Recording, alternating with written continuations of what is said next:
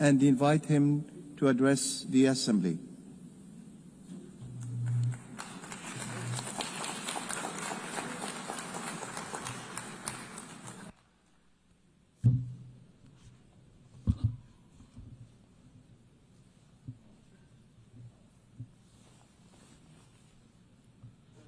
Madam President, Mr. Secretary General, Excellencies, Heads of State and Government, distinguished delegates. The chaos that shadows our world is a reminder that we cannot afford the luxury of inaction.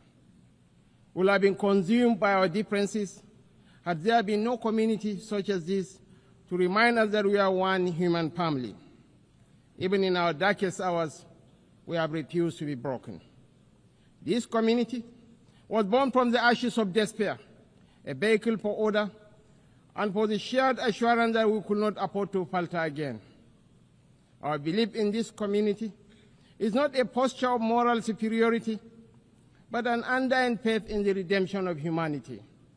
It is, therefore, with profound humility that I stand before you today as Vice President of the Federal Republic of Nigeria on behalf of President Bola Ahmed Tinubu to renew this pledge on behalf of my country.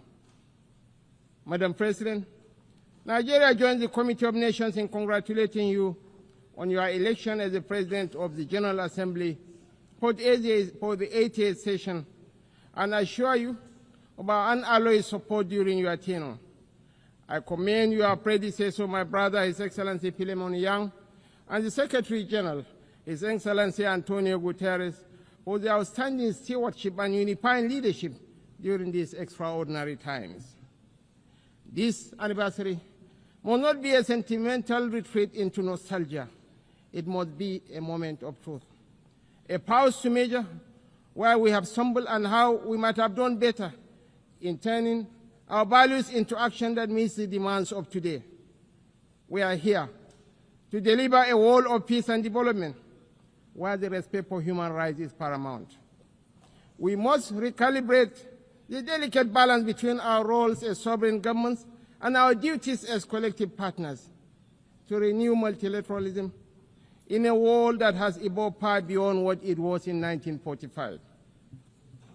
The pace of change across borders is a force without pause.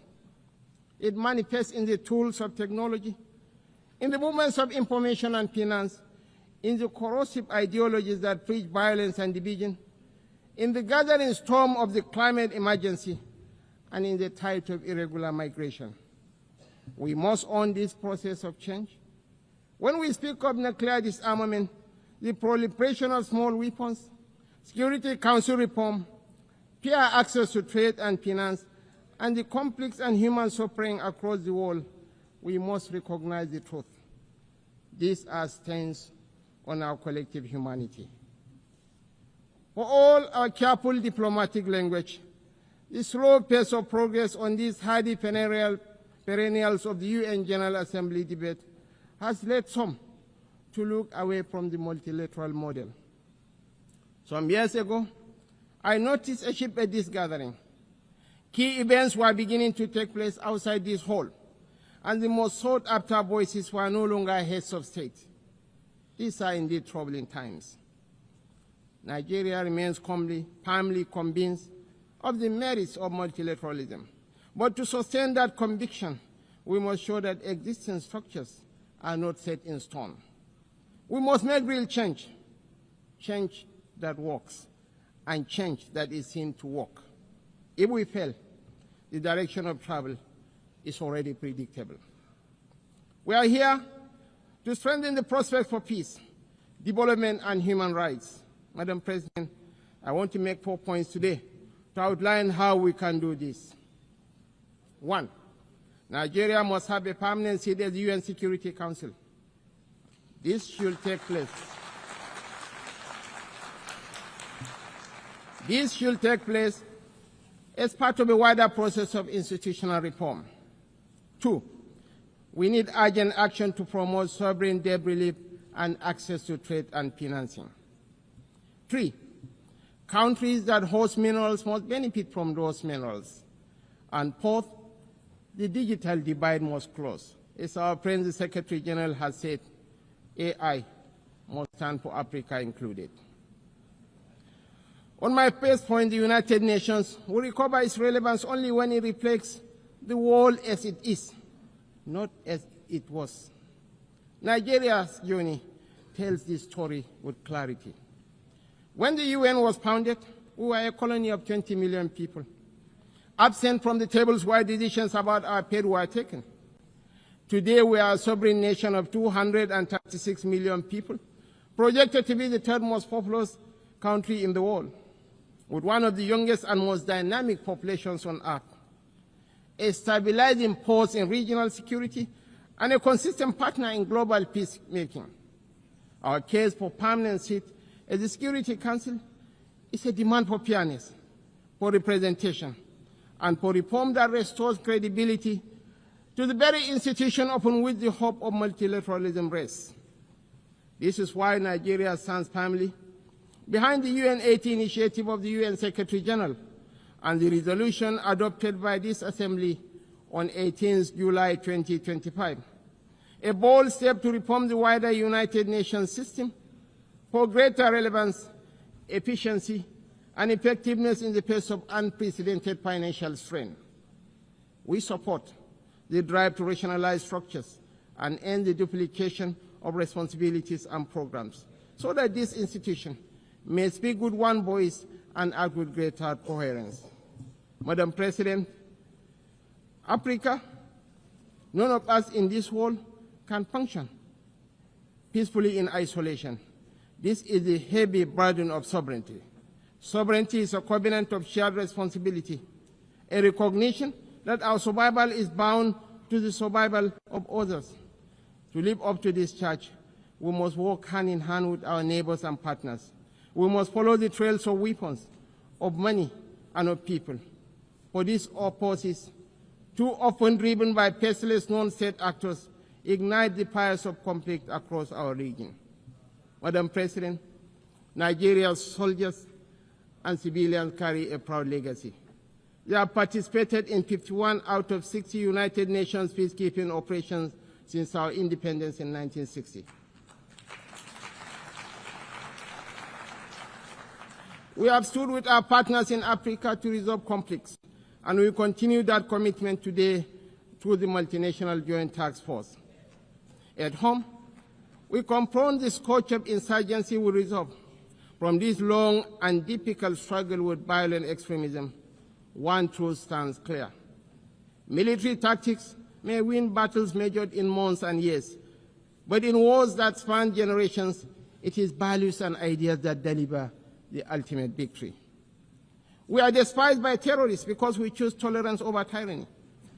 Their ambition is to divide us and to poison our humanity with a toxic rhetoric of hate. Our difference is the distance between shadow and light, between despair and hope, between the ruin of anarchy and the promise of order. We do not only fight wars, we pit and shelter the innocent victims of war.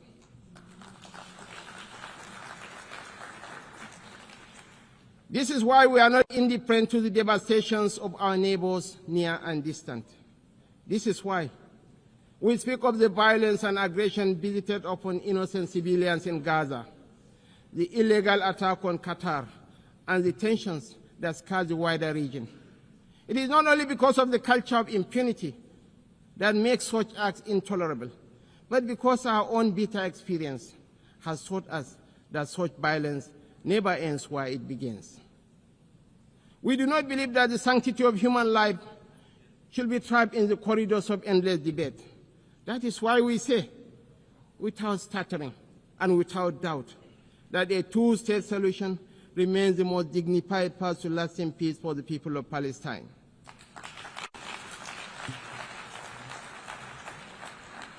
For too long, this community has borne the weight of moral conflict. For too long, we have been caught in the crossfire of violence that offends the conscience of humanity.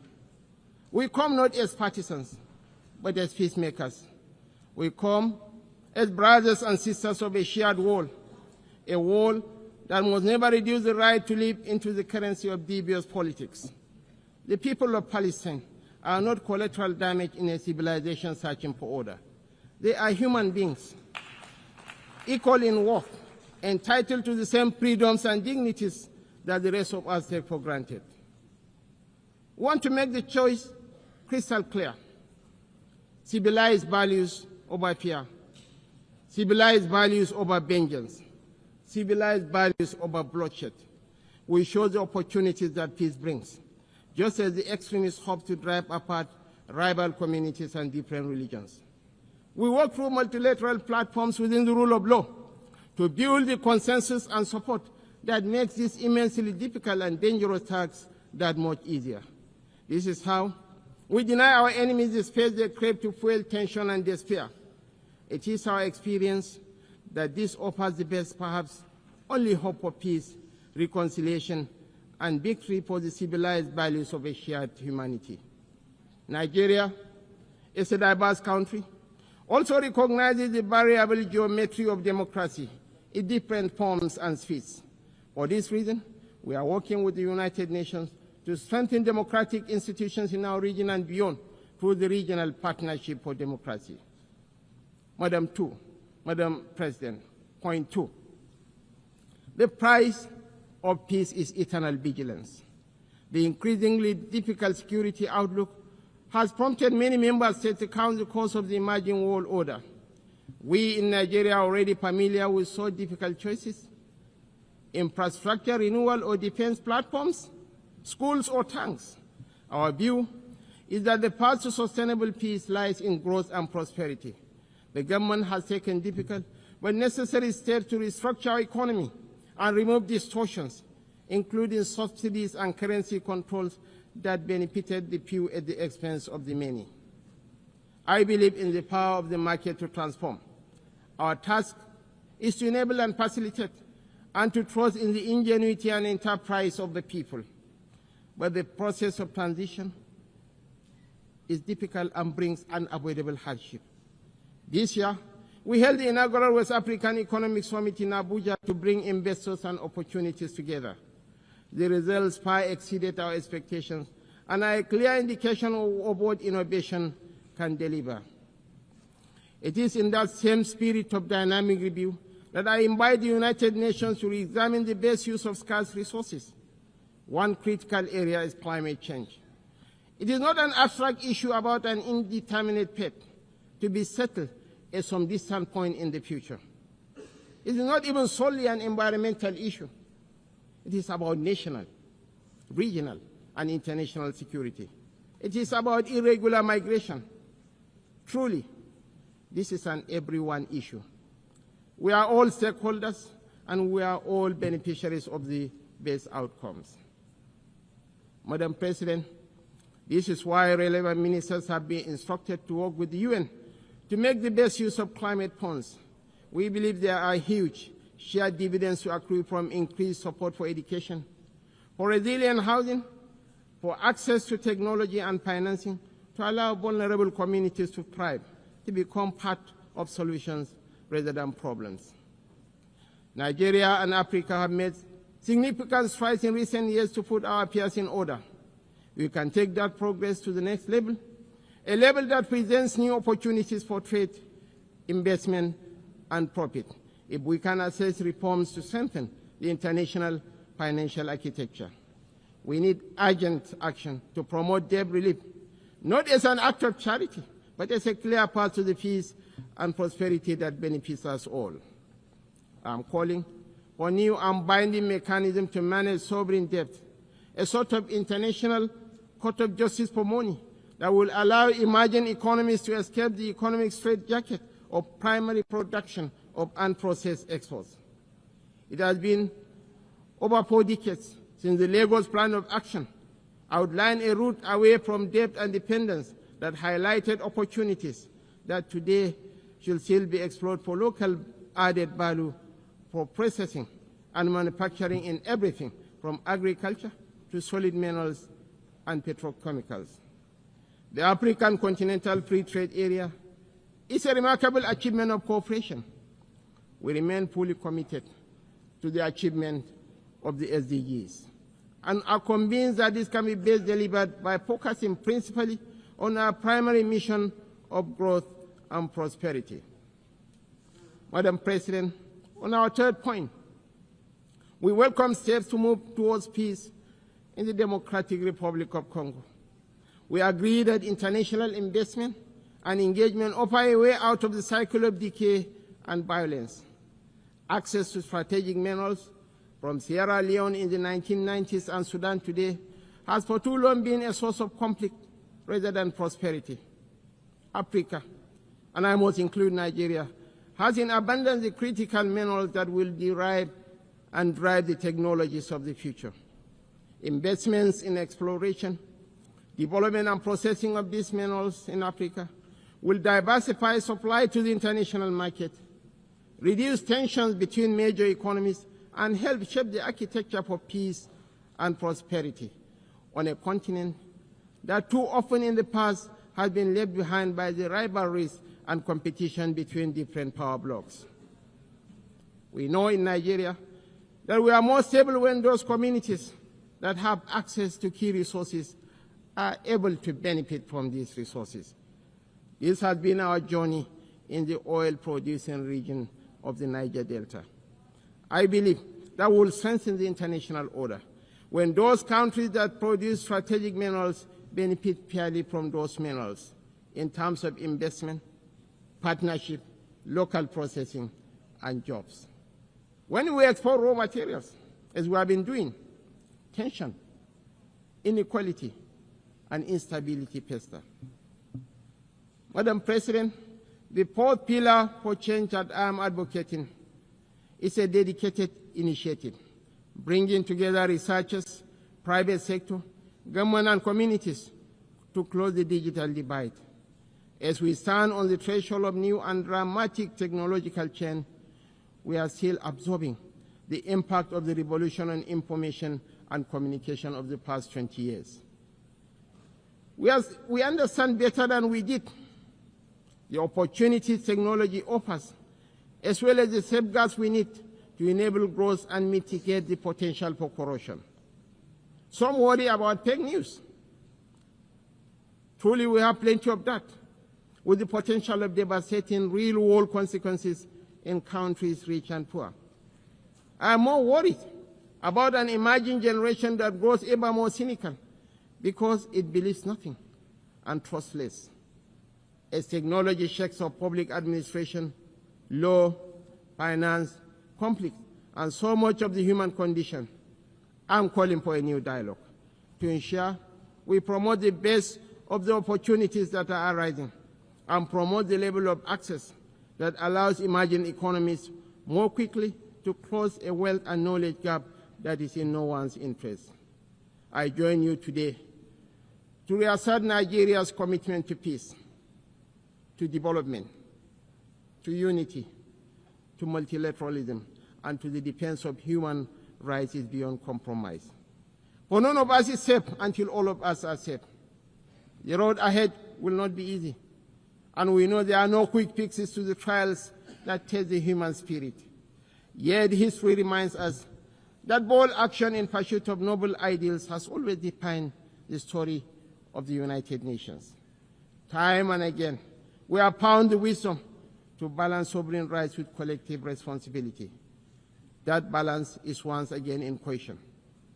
But I believe, quite passionately, that a renewed commitment to multilateralism, not as a slogan, but as an article of faith, remains our surest path forward.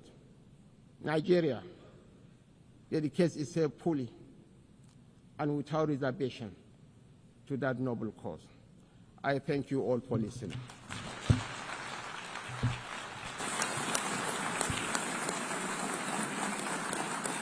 On behalf of the Assembly, I wish to thank the Vice President of the Federal Republic of Nigeria,